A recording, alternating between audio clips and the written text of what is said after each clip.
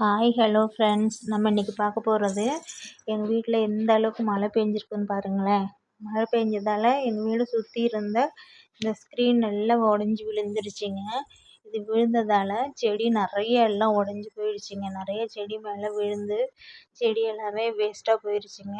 மழை நல்லா காற்றோடு வீசினதால செடிங்க நிறைய சாஞ்சு போயிடுச்சுங்க. பார்த்தீங்கன்னா தெரியும் உங்களுக்கு.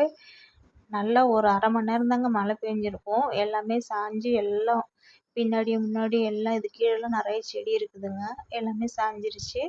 இப்போ நான் இதை ரெடி பண்ணியிருக்கிறேங்க. என்னால் எந்த அளவுக்கு எடுத்து ரெடி பண்ண முடியுமோ அவ்வளோ ரெடி பண்ணியிருக்கிறேங்க. பார்த்தீங்கன்னா பாருங்கள், இது முன்னாடி இருந்தது எப்படி இருந்து நீங்கள் பார்த்தீங்க இல்லையா? இதை இப்போ நான் எடுத்து வச்சுருக்கிறேன்.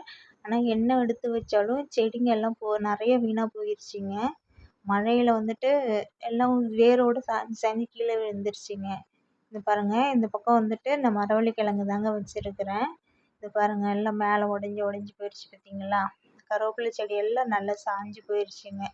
இந்த பக்கம் பார்த்தீங்கன்னா மரவள்ளி செடி தாங்க, எல்லாம் அப்படியே குழி மாதிரி உள்ளேயே போயிடுச்சுங்க. எந்த அளவுக்கு மழை பெஞ்சிருந்தால் எந்த அளவுக்கு ஆயிருக்கும் நீங்களே பாருங்களேன். இந்த பக்கம் எல்லாம் தக்காளி செடி மிளகா செடிலாம் இருக்குதுங்க. இதுங்கெல்லாம் ஒன்றும் ஆகலை, நல்லா இருக்கிறாங்க. இந்த பக்கம் எல்லாமே பூச்செடிங்க தாங்க. கொஞ்சம் செடி எல்லாம் சின்ன சின்ன செடியாக இருக்கிறதால தப்பிச்சுக்கிட்டாங்கங்க. பெருசாக இருந்துச்சுன்னா போயிருப்பாங்க.